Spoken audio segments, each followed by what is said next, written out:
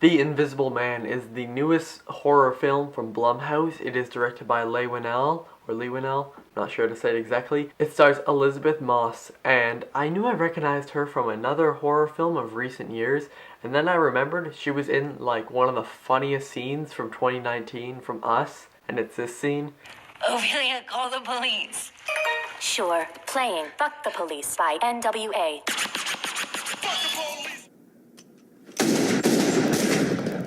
And tells the modern story of The Invisible Man. There was a 1933 horror classic film which I watched last night. It's Monday now. I watched last night. I saw this film on Saturday, and I do prefer the newer one, but I just want to talk about this one quickly.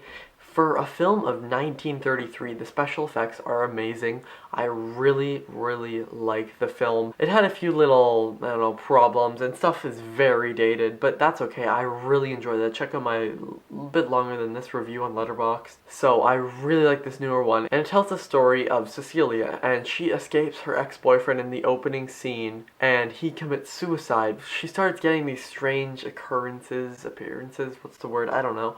Where stuff may be falling over or someone slaps someone else and she's right there, and she thinks that her ex-boyfriend is there and he is invisible because he's a scientist. He knows how to do all this stuff, and she thinks that he has found a way to become invisible. And let me tell you, this is one of the best horror films of recent years. Elisabeth Moss is fantastic here. I feel like she will end up having one of the best performances of this year. She has probably the best I've seen so far, even though I've only seen 2 movies. But yeah, I think she's had the best I've seen so far.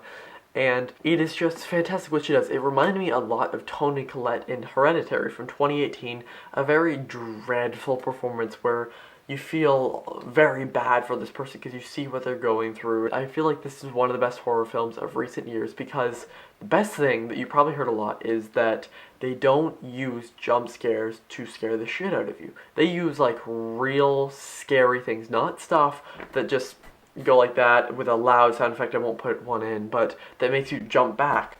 But they put in maybe someone is sneaking around a house and they're trying to get away from someone waking up, like the opening scene.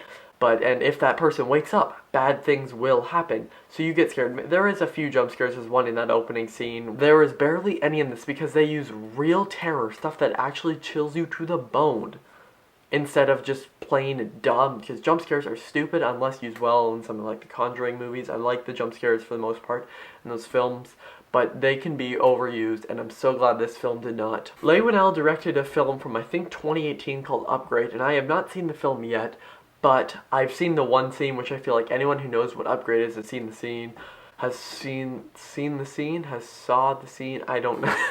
I don't know, but it's, you know, where the main dude, I think, I don't know, is like turning and the camera's following him, and there's a scene, I'm pretty sure it's like a one take in a hallway, which you see a lot of in the trailers, which spoiled a lot, where it reminded me a lot of what I've seen from that, and it is really impressive. This film is shot so well, the direction is amazing, and it's written just with this eerie dialogue and just these really creepy scenes that are actually like they build up so much suspense and they don't let it off with a jump scare. They build it up for maybe 5 minutes. There's a scene in the attic, and then the how the scene or the scare finally, like a payoff of that scare, it involves paint, and they don't really use you feel like I'm stuttering. You feel like you know what's going to happen, but then it always takes a little twist. And there are a few twists in the film. I won't say when or what happens.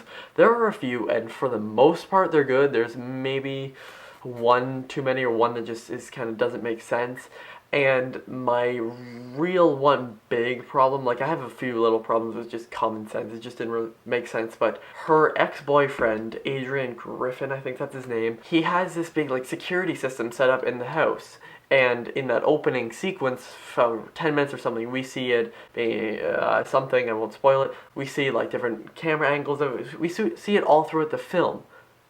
But if there's an invisible guy walking around and slamming into stuff and throwing stuff and making people shoot themselves in the leg, then how would some other security guard or someone not be like, hey, he's there, he's right there now, so if he walked backwards, he'd be here.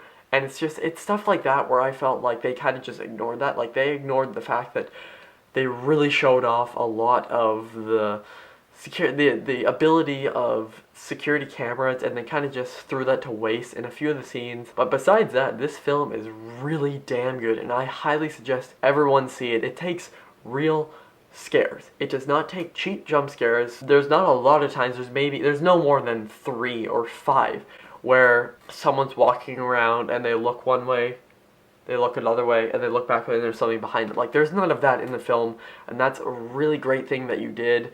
Leigh Whannell, sorry if I pronounced your name wrong. And this film really is amazing. Everyone in the film is amazing. I love the supporting actors, and it's one that ever since that I heard about it, I had hoped for. People saw the trailer like, oh, this looks bad. I was like, no, this is gonna be good, and I'm so glad that it was. I'm gonna give The Invisible Man a B+.